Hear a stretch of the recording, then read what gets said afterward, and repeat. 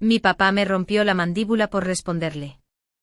Mamá se rió y dijo, ahora aprenderás a mantener cerrada esa boca de alcantarilla. El crujido del hueso no fue solo un sonido. Fue el estallido de algo más profundo.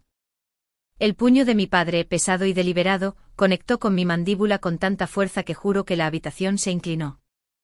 El sabor a hierro inundó mi boca al instante y mis rodillas se doblaron antes de que pudiera siquiera pensar en mantenerme en pie.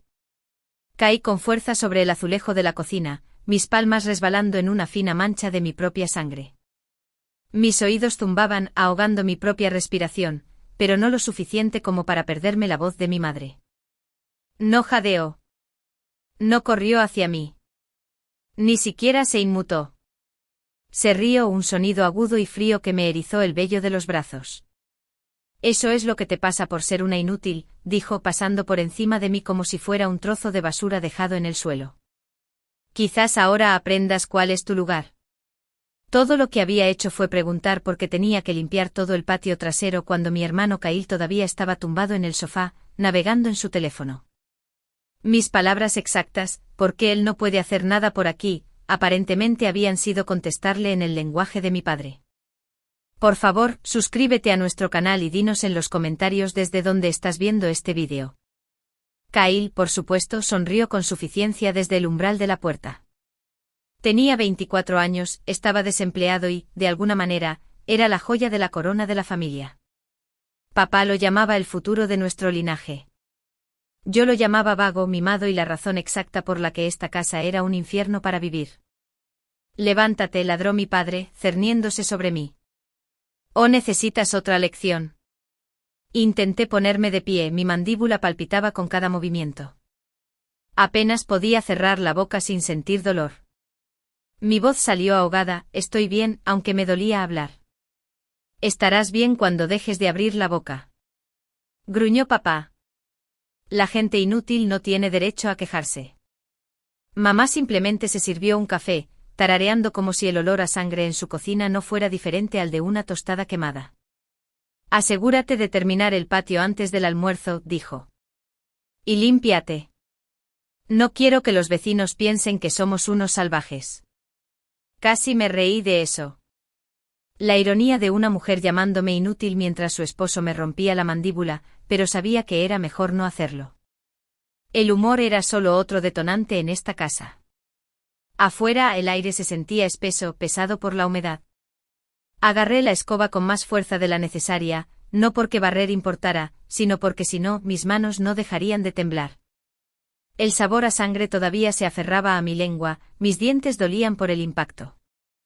Desde la ventana de la sala, podía ver a Kyle viendo la televisión, el reflejo de la pantalla danzando en su rostro sonriente. Conocía bien esa sonrisa. Era el silencioso nunca serás más que esto que había estado viendo desde que era niña. Tenía 26 años con la edad suficiente para marcharme, pero no lo bastante libre para hacerlo.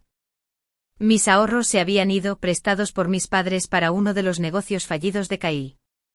Mis horas de trabajo habían sido reducidas, el alquiler era imposible por mi cuenta, y los pocos amigos que me quedaban vivían a kilómetros de distancia. Cada plan que había hecho para salir había sido saboteado de una forma u otra. Mi coche se averiaba misteriosamente antes de las entrevistas. El cargador de mi teléfono desaparecía los días que necesitaba hacer llamadas importantes. Mamá siempre decía, tal vez es una señal de que no estás lista para el mundo. Pero ese golpe, el que me hizo castañetear los dientes y me robó el aire de los pulmones, no se sintió como una señal para quedarme. Se sintió como la gota que colmó el vaso. Al caer la noche, la hinchazón de mi mandíbula se había duplicado. Me presioné una cuchara fría en el baño, mirando a la extraña en el espejo. Mis labios estaban partidos, mi ojo izquierdo ligeramente amoratado por el ángulo del golpe. No parecía alguien que pudiera defenderse. Parecía alguien que ya había perdido. Pero no lo estaba. Todavía no. Esa noche, mientras ellos se sentaban en la sala discutiendo sobre qué comida para llevar pedir, me senté en el borde de mi cama y comencé a planear. Mis manos todavía temblaban, mi rostro todavía ardía, pero mis pensamientos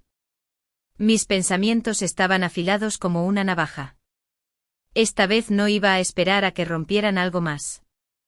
Esta vez me iba a asegurar de que aprendieran cómo se sentía el verdadero daño. Y cuando sucediera, no lo verían venir.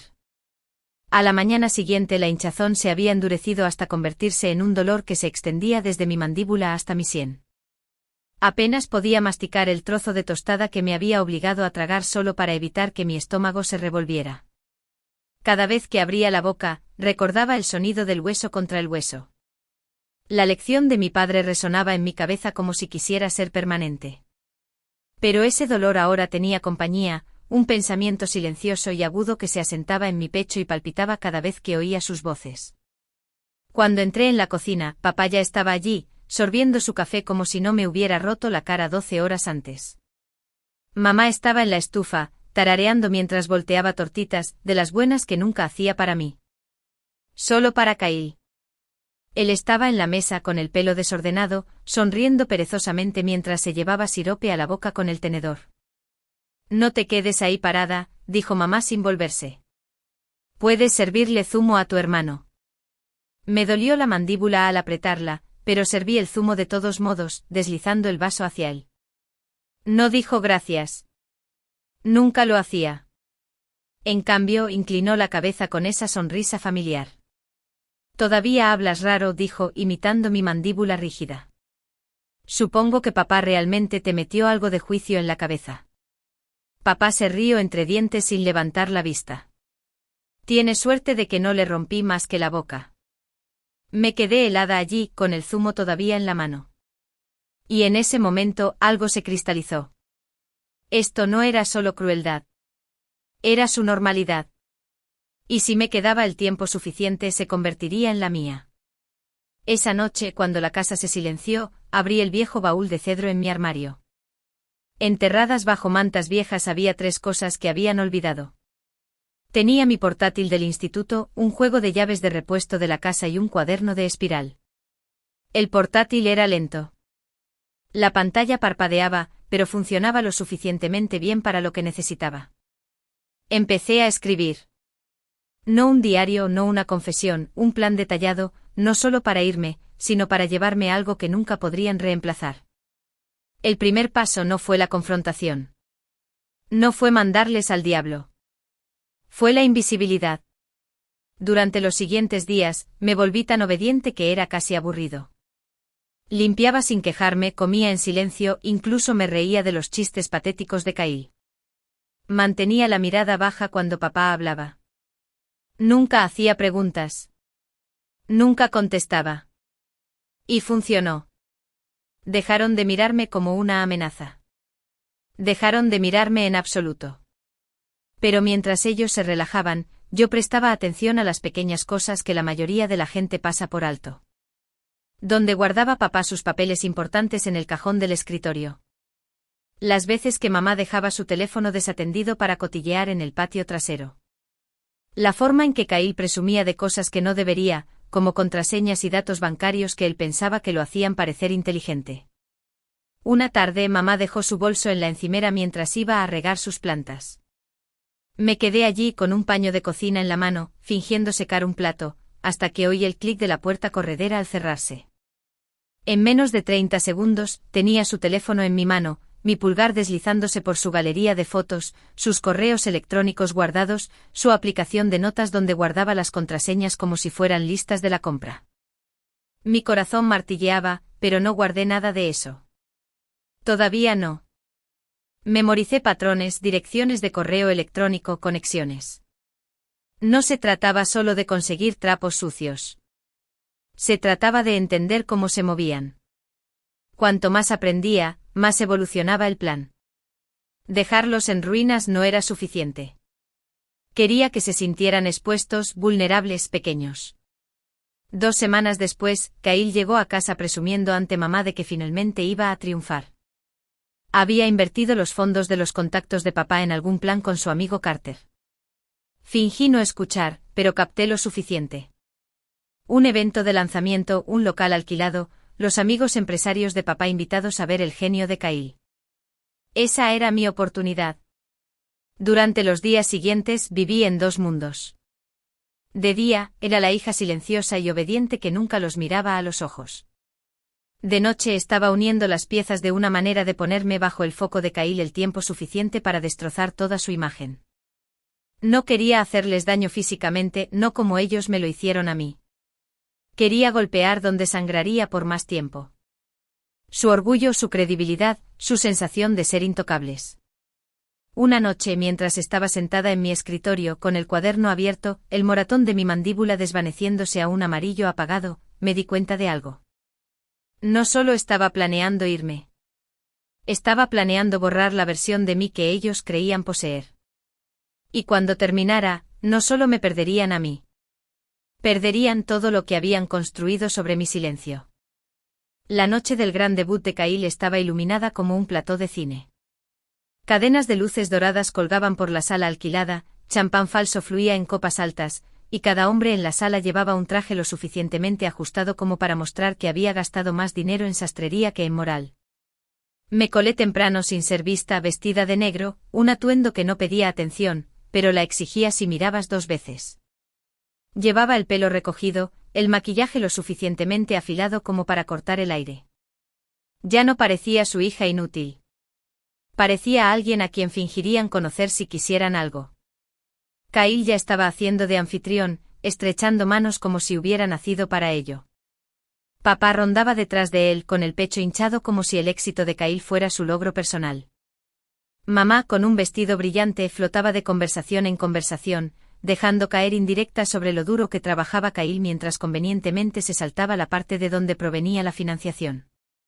No me vieron al principio. Me aseguré de eso. Me quedé cerca de la barra, escuchando, observando. El proyector en la parte delantera de la sala mostraba en bucle el logo de Kyle y fotos suyas trabajando, todas preparadas. Cuando comenzaron los discursos, papá tomó el micrófono primero. Mi hijo bramó, es la prueba de que el trabajo duro, la disciplina y la guía correcta siempre dan sus frutos. Esa palabra, disciplina, hizo que mi mandíbula se contrajera, pero sonreí. Luego Kyle se lanzó a su presentación, fingiendo ser humilde mientras se jactaba de su concepto original y su enfoque innovador. Lo dejé hablar, dejé que apilara su torre más alto porque estaba a punto de derribarla. En el momento exacto en que Kyle hizo clic para la presentación de vídeo, me acerqué a la mesa de audiovisuales y deslicé el pequeño USB que había estado guardando durante semanas en el puerto. Mis archivos tardaron menos de 3 segundos en sobreescribir los suyos. La pantalla parpadeó. En lugar de un elegante metraje promocional, la primera foto que apareció fue el libro de contabilidad manuscrito de papá, el que enumeraba pagos no oficiales para engrasar acuerdos comerciales. Luego un escaneo de los mensajes privados de mamá a una mujer a la que le debía dinero, llamándola mendiga desesperada. Un murmullo de asombro comenzó a recorrer la multitud. A continuación, un videoclip. Papá golpeando la pared con el puño y gritando, «No eres nada sin mí». Su voz, nítida. Luego otro, Kyle burlándose de un compañero de trabajo discapacitado en un aparcamiento. La sala quedó en un silencio sepulcral. Alguien en la parte de atrás murmuró, ¿es esto real? Y otra voz respondió, esa es su voz. No los miré, todavía no. Quería que lo sintieran antes de que me vieran. La diapositiva final era un simple archivo de texto con una línea, financiado con dinero robado destinado al tratamiento médico de un niño ciego. Fue entonces cuando estalló el ruido. Agudo, colectivo, escandalizado, las sillas se arrastraron hacia atrás, las voces se elevaron y la gente comenzó a sacar sus teléfonos. Caminé hacia el frente entonces, lenta y firmemente. La forma en que caminas cuando ya has ganado. El rostro de Kyle estaba exangüe, su boca se abría y cerraba como si hubiera olvidado cómo respirar. Las manos de mamá se aferraban a su bolso de mano como si pudiera salvarla. Papá. Papá me estaba mirando directamente ahora. Y juro que por primera vez en mi vida, vi miedo en sus ojos. Tú, sí seo. Yo, dije, mi voz tranquila. Mi mandíbula ya no dolía. La inútil. La que no contesta. La gente estaba grabando ahora. No para mí, para ellos, para mantener viva la historia mucho después de esta noche. Me incliné lo suficiente para que me oyeran por encima del caos. Construisteis el nombre de esta familia sobre la crueldad. Yo solo os lo he devuelto sin el barniz. Luego me di la vuelta y salí al aire fresco de la noche. Mis pasos ligeros, el peso de mi pecho desaparecido. Detrás de mí todavía podía oír sus voces, presas del pánico, desesperadas, mientras su imperio se resquebrajaba frente a cada persona cuya opinión les importaba. Y no necesité mirar atrás para saberlo. Sus rostros estaban tan pálidos como la verdad que acababa de darles. Por favor, suscríbete a nuestro canal y dinos en los comentarios desde dónde estás viendo este vídeo.